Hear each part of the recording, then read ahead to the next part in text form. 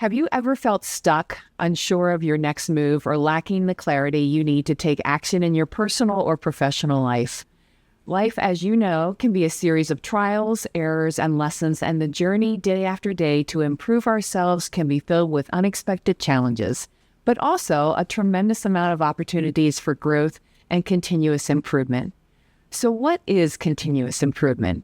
It is the key to becoming your best self in every area of your life. With a little extra support and coaching, you can find yourself getting unstuck and launching into the next best you that you can be. Joining us in the studio today is friend and colleague Tammybowers, who is going to share how she has been embracing a journey of continuous improvement with a Lyra health coach. Welcome, Tammy. Thank you. Also want to welcome Jeff Watford. He is taking the lead with the Phoenix Voices of Curiosity. So before we get started, Tammy, can you tell the audience what you do here at Phoenix Firesidechat? Sure. I am currently talent acquisition specialist and also assisting with organizational development. I just celebrated my 2 years, so I just got that reminder on LinkedIn, actually. But yeah, so I've been here 2 years and looking forward to many more. Yeah, it goes fast, doesn't it? It does. Yeah. I was like 2 or 3. Wait, time flies when you're having fun. Yeah, and it's good. I mean, we're so happy to have you as part of the Phoenix Contact family. Well, thank you. And it's been a wonderful 2 years for us. You've done a lot to support the team, and the recruiting side of it, I know, is quite an interesting field. So, sure. Before we jump into the conversation, I want to talk about curiosity. Sure. And I love how the dictionary defines curiosity as the desire to know. So, Jeff, why is curiosity such an important part of our day? Why should we be interested in curiosity? That's a great question. One of the things I absolutely love about it is we take this journey with our DEIB. It's learning. It's learning about others. It's learning about new things. It's learning about different things, but also learning them in a real way, in an organic way. Yeah. And curiosity is something that we just want to focus on because we want people to be curious. Yeah. And we want people to ask the real questions. Yeah. So by doing that, it helps us all learn because so often I think the questions that we all have, but we don't really present them. We're still curious about it. So let that curiosity run wild and ask the real question. Yeah. I'm more curious. Good. Yeah, and I think that's a great way to start into this week. You and I talked back at the end of last year, and you shared your journey with me, and I thought this would be a great conversation. Sure. As you know, we typically focus on May as Mental Health Month, but it's really not about a month. It's about a mindset, and it's every single day. It's waking up one day wondering or being curious as to why one day we can feel so good about ourselves, and the next day feel like we are our own worst enemy. Right. Yeah. Do you ever feel that way? Sure. I can understand that. And I think one of my perspectives on that is that when we're coaching, when we're developing ourselves, when we're thinking about others, you need to speak to the entire human, the whole person, all the thoughts, feelings, anything that connects them. Because really, we're a lot about chemistry, right? There's a chemical reaction going on to everything that we do and makes us who we are. Yeah. Yeah, that's a great point. Did you? I'm a little curious in something. Surely. Have there been any setbacks that you've had during your journey? I wouldn't say setbacks. I mean, I pivoting, yes. I mean, I think we all pivot every day. I think it's important to pivot every day. I think that's part of our development. Yes, it is. I approach everything as to, I'm not necessarily the smartest person in the room, but I can be curious and I can learn, I can develop, I can grow. I can ask the right questions that help me acquire the information I need to then be more resourceful and be more knowledgeable about that subject. And then just realizing that, it really is a work in progress for all of us. Yeah. Every day. Thank you. Yeah. No, that's a great question to start out with. You share a little bit about how this journey with coaching got started. We've been with Lyra Health for over a year now, right. And a lot of people technically, a lot of people might think, oh well, I don't need a therapist, or I don't need to like talk to anyone. But how is coaching different for therapy? Sure. As you know, this is a platform of mine, and I get really, really excited. So I'll try to contain my energy. No, don't get nuts. Counseling to me has always been about, okay, think about it this way, where you're at your rawest form, where you come to things at and from, right? And sometimes that's negative because you have to really explore. It can feel negative. Let me rephrase that. It can feel that you have to take maybe the hardships about your life and you got to really examine and review them and try to understand them so you can understand maybe why you think the way you think, why you feel the way you feel, why you act the way you act. Coaching, on the other hand, had a much more positive feeling to me, and I was very excited to work for an organization that incorporates that into their culture, where they provide that to the employee. And being somebody who came from other organizations that didn't offer that, I had counseling, I had EAP, and I've invested a lot in that over the years. But I kind of feel like I've identified where I am and what makes me who I am at this stage of my life. And coaching was a way to be able to focus on the things I wanted to develop about myself and how I could live my most authentic life. How I could, I recently read that you can show up every day and you can either choose despair or you can choose positivity and focusing on grace and the good things in the world. So we have that choice every day. And I looked at it as a positive opportunity to really use that coaching to develop stuff in myself personally, but that also contributes to me as an employee and makes me show up as a better person. Yeah. So I have a question. I'm going to be curious about this based off of your answer. Think I understand? Mm-hmm. But would you say that therapy and the coaching has improved the quality of your life? Yes. From the standpoint, as I would tell you, like, this made me a little nervous today. I'll just share that. It's a different thing, right? And that's part of being courageous, is trying things that scare you a little bit, right? But if you have tools and resources, and coaching taught me about reframing, right? When you reframe something, like when I focus on not how scary this is or what this experience brings me or the negative part of it, and I focus on the positive part and I go, I'm going to be able to contribute. I'm going to be able to add to the culture of a company that I value and appreciate. I'm going to be able to maybe be an example to employees who are seeking some of the similar things that I am or need that. I can contribute in a more positive way. It reframed that and kind of took a little bit of that anxiety out. And that's what we all have. They're called thinking traps. Okay. And they keep you stuck in this negative conversation with yourself. The average person, I'm going a little long, but everybody who knows me will know I do this. But that we have over 6,000 thoughts in any given day. Okay. So if you think about the power of the brain and how many thoughts, and if the majority of them are negative, your actions and your behaviors are going to start manifesting. All of that. Yeah. Yeah, and I think that's really important because, one of the things that I try and champion is you have to be your biggest advocate. Right. Each person has to be their biggest cheerleader. You have to be the voice for yourself and in standing up for yourself. And a lot of times we are not, as humans, are not comfortable with that. And so there was a post on Sprout the other day about daily affirmations. Right. And, just going through and saying, okay, I can do this. I'm worth it. I am successful. I am this.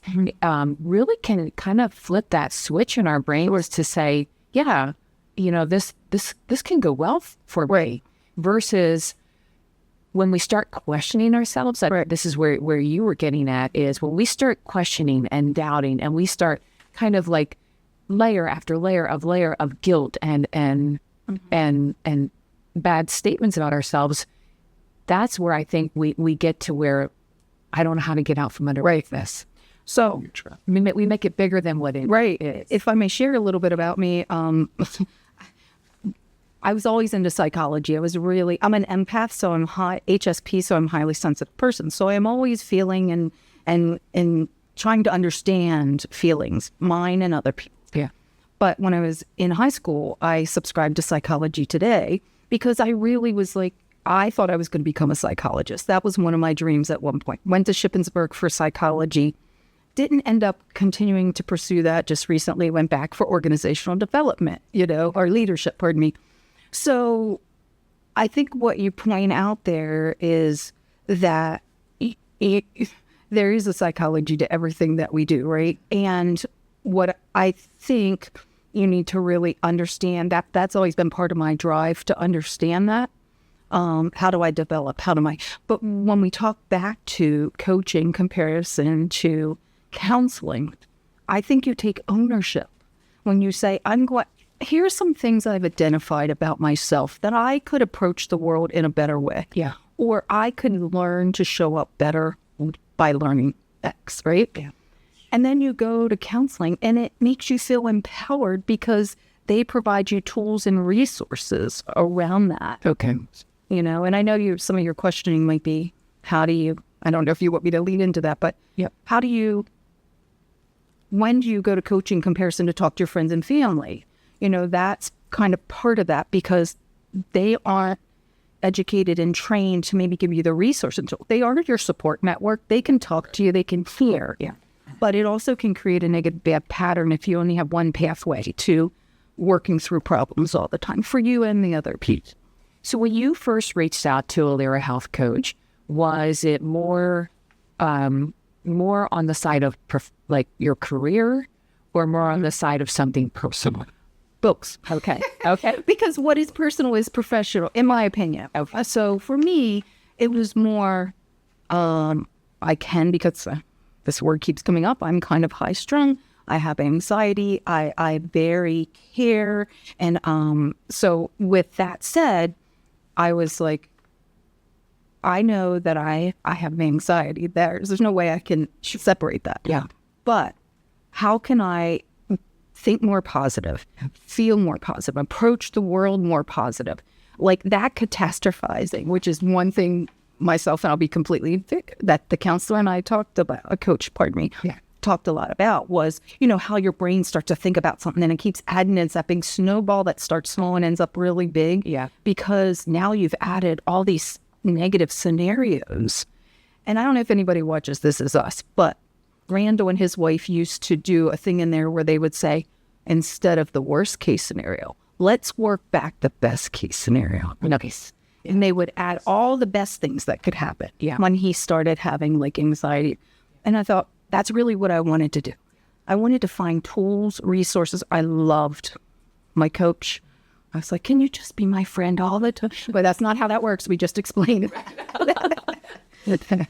But it is similar, if someone has not experienced coaching, especially for, regardless of mental health or professional or personal, think about a coach that maybe you had in school, whether it would be for baseball or softball or a sports or a coach, that kind of thing. What their goal was to help take you and make you the best at sports. Correct. And help you develop the tools and the techniques to, really hone in and become the best football player, baseball player, that type of thing. So it's no different for a Lyra health coach to come alongside you and say, okay, for someone who has anxiety, let's peel it back and say, why do you have anxiety? Okay, do you have a lot going on? Well, maybe it's a matter of, let's take the top 3 things that you have to get done today, break them down where you can see them, and that's what you focus on. Whereas this is an example. Sure. So I don't know what are some of the tools that your coach helped you develop. No, I'll be glad. So that reframing, which I kind of pointed to, and I had another line here that I wanted to, but so many things we worked on, but journaling. Okay. That reframing, which I said is huge. So say we take your brain starts to like panic about something or starts to worry, which we all, and we have, like I said, those thinking traps where certain things trigger, and maybe your home base is the negative thinking, right? We would work on how could I reframe that, or how could I become mindful be in the moment. Yeah. Become present. Use breath work. Use meditation. We quite often, this would happen where if we were having a conversation and it was something that triggered me, as the conversation went, my speech would increase. I would get anxious, and it was just, there was things that triggered, and it's like, okay, recognizing those things, and then having those tools and resources. And like I said, mindfulness, like gratitude journals, huge, positive, reframing, instead of like, oh my gosh, I got to do all these things and all the negative things, remembering all the positives and all the gratitude that's going to come out of that. Yeah. And I think that sometimes I took a communication class while I was here, and that was one of the things, we go through our whole laundry list. If we do this and this, or we go on this vacation, we're going to have all this laundry, and we're going to have all these dishes, and we're going to have all this work when we come back. And you just get yourself in this place where you've just spiraled. And I used to laugh because I used to say this to friends and family. I'm like, any situation, you can just know that Tammy has experienced it 3 times, because I thought about it, I taught about it, and then I did it. That's really good, Tammy. So I'm like, wait, let's just reel that back. Let's stop the talk about it and think about it, and let's just do it, and then we'll kind of move from there. So yeah, and I'm glad that I want to just stay on journaling for a minute here, because I'm glad you brought that up, because there has been a lot of studies that, especially if you have a lot going on in your life, and say you wake up in the middle of the night, you just can't fall asleep, and that's when everything kicks in. Right. As I like to say it with my brain, is like, hey, while you're up, let's talk about everything you have to do. Or everything you didn't do. Right, everything you didn't do. But taking the time to have just a piece of paper and write down everything that you're thinking of. Right.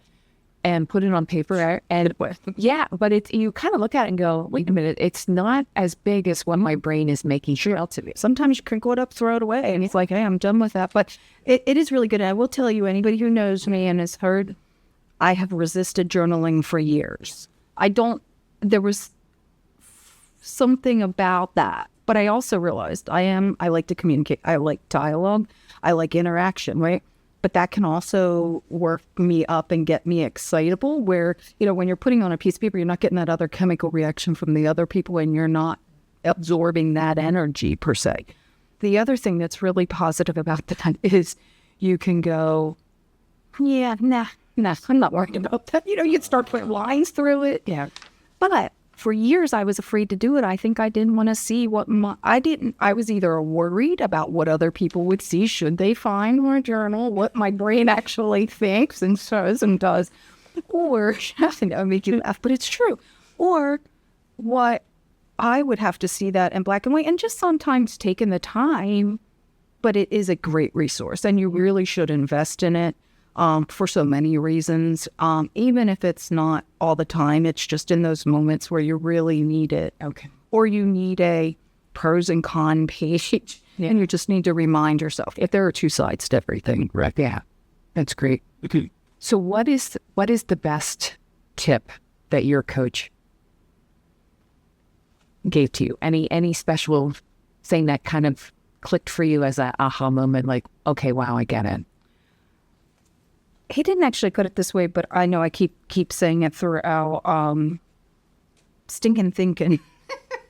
We worked a lot on that, because I feel like I'm I present really positive, but that's not what my brain's always doing. Do you know what I mean? I'm a really authentic, genuine person, right? But I think, that has always been, being your authentic self and still showing up in the world the way the world needs you doesn't always parallel. Would you say would it be like a lot of self-judging? Do you find yourself judging yourself a lot? Critiquing? I would say more that catastrophizing. Like, I look at a situation, and maybe because I do like project manage it one-on-one on my brain, or I get through every single scenario, but usually it's more like, oh my gosh, like it's because it's the overwhelm from the anxiousness. So it takes that and starts to equate energy to the thoughts and all the things you have to do to make something happen or to experience something. And then sometimes I'll be completely honest, as a person functioning with anxiety, I say function because I do believe I function at a high level, even though I am dealing with this, is that there are times my body betrays me. Yeah, I'm perfectly fine here, but I might be but there might be a moment and 5 minutes from now, my blood pressure, my pulse, like everything just raises through the roof. And it's not always in alignment with what I'm thinking or experiencing. Yeah. But I think as I identified a lot of those root causes through counseling, through coaching, they're less of those landmines, they're kind of say. Right. Landmines? Yep. That are there waiting to trip me up. Yeah. And to, and I say this through coaching and training and development, they really treat the whole person. Yeah. The other thing with my coach was he really listened to me. I felt valued. I felt heard. We had great conversation. He called me out when we all have that tendency, whether you know it or not, to kind of put a screen up even when you want help. Yep. I did that a few times, not really realizing I was doing that, and just meaning like we were in the middle of the coaching session and my brain was like, I'm going to control the conversation this way and we're going to go this direction. And you're like, Tammy, that's not what we agreed to, So, making you accountable, like I said, that reframing, there's so many other little kind of, like I said, the mindfulness. Yeah. He would just sometimes stop me and say, let's just take a breath. Yeah. Let's just breathe right now. Let's just kind of recenter ourselves. And that was all because he was putting me in these situations and making me think about things that might trigger that. Yeah. So that's where that coaching comes in, right? Yeah. He was kind of developing me from my triggers. Right. To give me the tools then to be able to bring those into the real world. Yeah. And carry that out. Yeah. Yes. Sort of giving you those things slowly, the tools. Yeah. I was actually sad when our sessions ended. I was like, because we really did get to where we wanted to go. Okay.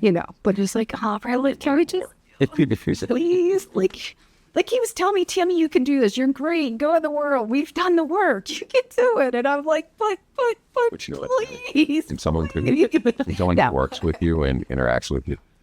And I just really enjoyed his personality. And you do a great job. Yeah. Right. And you have to do the work. I think for many years I was kind of tiptoeing around it. And that's where I said, went back to the counseling thing, was like, that started to become kind of a negative. What I was trying to say earlier, and I know I skipped over this, and I think it's a very big point that I really like to share, is that and every time I go to do it, it kind of jumps out of my head. Well, I know. It's like, that you need to really, I wish when I was going to become a therapist, my thought was, and I've had this thought many times, why don't we go to therapy for the things we do right and the good stuff in our life? I was like, that's a good question. Can I be that therapist? Yeah. Because do you want to sit in that chair and have everybody sling all their stuff at you all day, every day about everything that's ever happened in their life? And That's pretty good. Right. Yeah. But I was like, that's the therapist I want to be. That's why training, coaching, development, I love that, because I like to see myself and people develop, and us to take experiences to say, I'm not getting hung up what has been, and the things that have happened to me at this point, maybe I've had no control over. But once again, back to the coaching, where now I have a little control, I could ask in a positive way for ways to develop myself that focused on the positive instead of, and I realized at this stage of my life, there may be things about me that I will never change, but I can use tools and resources to compensate for them, or to develop myself with them and to grow from them. So that's my focus on that. So coaching got you over that hump that you were... Yeah, I think that's what made me seek them out. And then I think it was such a positive experience. I know when we talked, I was like, oh, it's so excited, because I was like, why is everybody not using this? Because I was really feeling like it is really a positive thing. You do have to take some time. They work it into your schedule.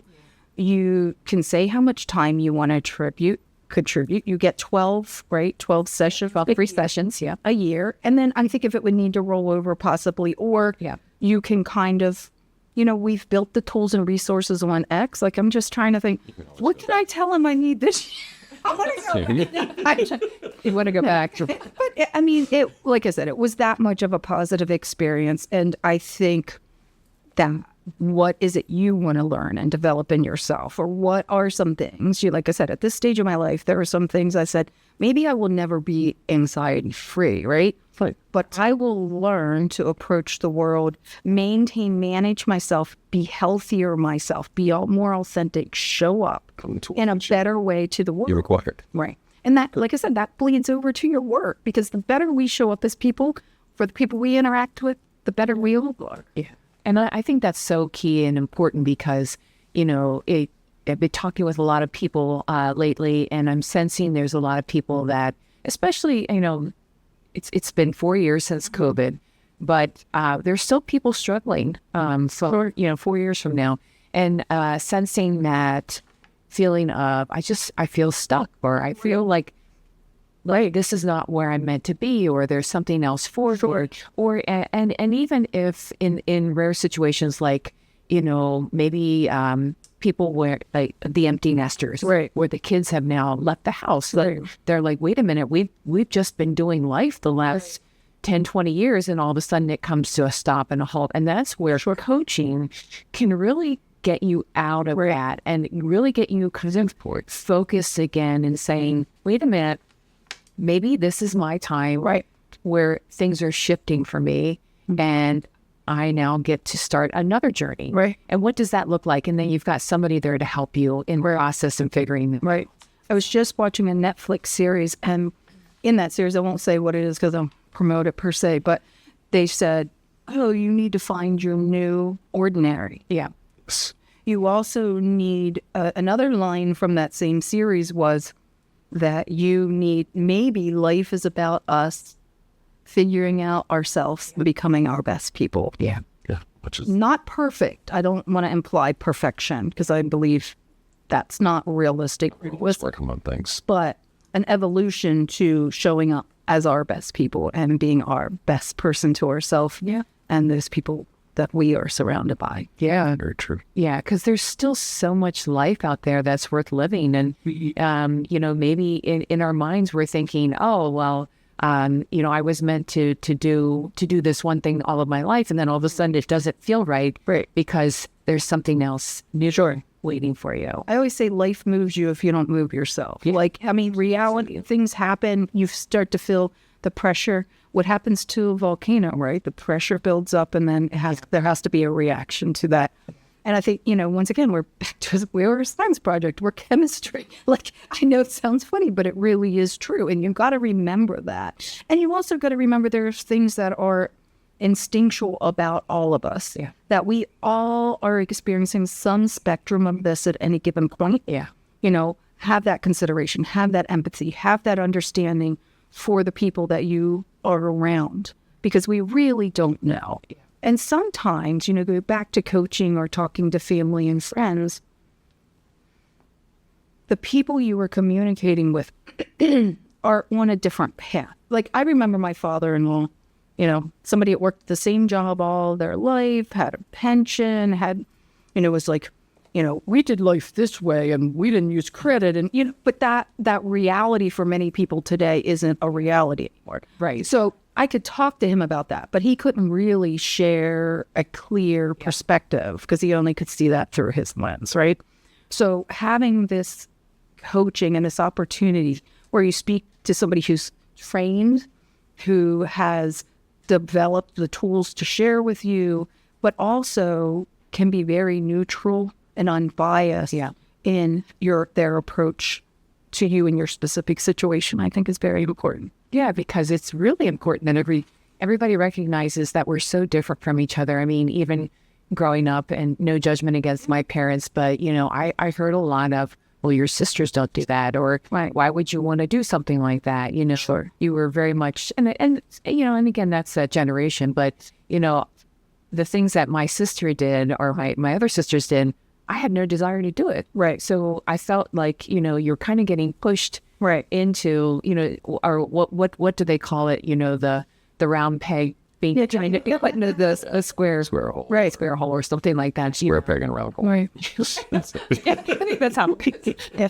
I always think I think it's really funny when somebody goes, I'm trying to figure you out. I'm like, well, have fun, because I haven't figured it out in 53 years. So have fun with that. You know what I mean? Maybe we're all just trying to figure it out, and we're using tools and resources. And like I said, I think even from a company culture standpoint, you know, the happier, the healthier we are as employees, the better we show up. You know, and we care about everybody, so we don't want people to be struggling. And I even say that because that has kind of a negative connotation, but even just struggling with a thought or a process or refinement, there is some tug of war that happens in all of us that, you know, we're constantly trying to find an equilibrium. Yeah, that's good. It's good. So how has coaching therapy, you know, you've shared some things on how coaching has helped improve your quality of life. Anything else that you want to share on how that's improved? You know, I think I'm trying to think what I mean, so many things. Like, that's a loaded question. No.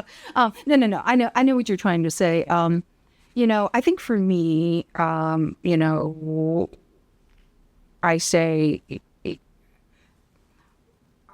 living your authentic life has been always really, really important to me, and especially being part of the LGBTQIA plus community, because I think for me, my evolution, my metamorphosis, is that the word? Because was, you know, realizing that you were just talking about square peg, round hole, is that when you realize maybe you're different, or I don't know if everybody would accept that word, and I kind of hate to use that, but when you are maybe not what you're seeing in your circle, right?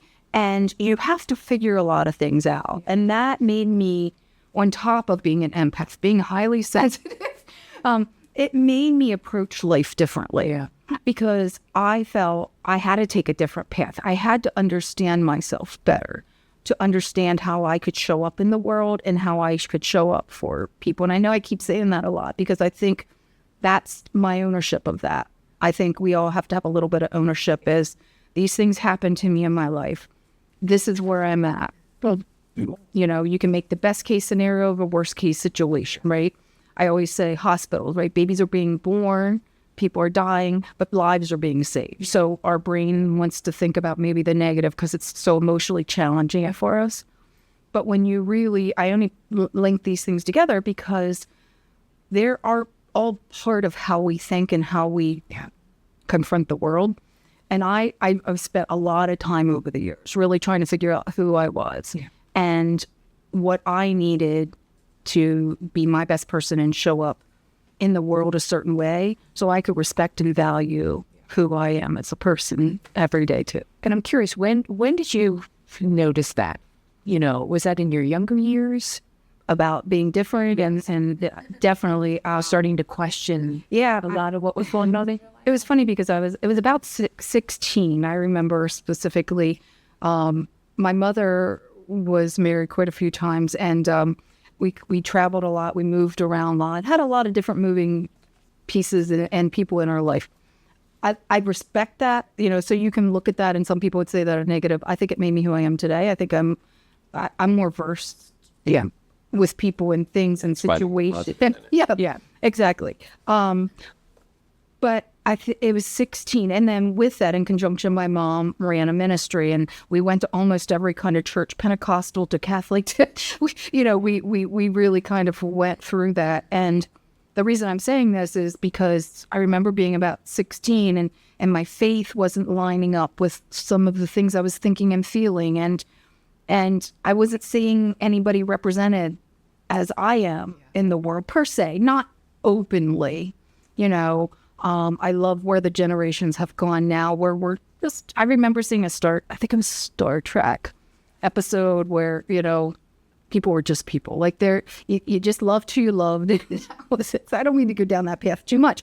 But I mean, so that was about the most representation in my time period that I was seeing of that. And that was me, like I said, really just trying to figure out who I was and how it aligned with the people I cared about, and was I going to disappoint people, and was I going, and honestly, if I'm completely frank, I don't always know 100% today that I'm always as settled with it all. I'm still figuring it out. I think I'm a work in progress. I'm curious.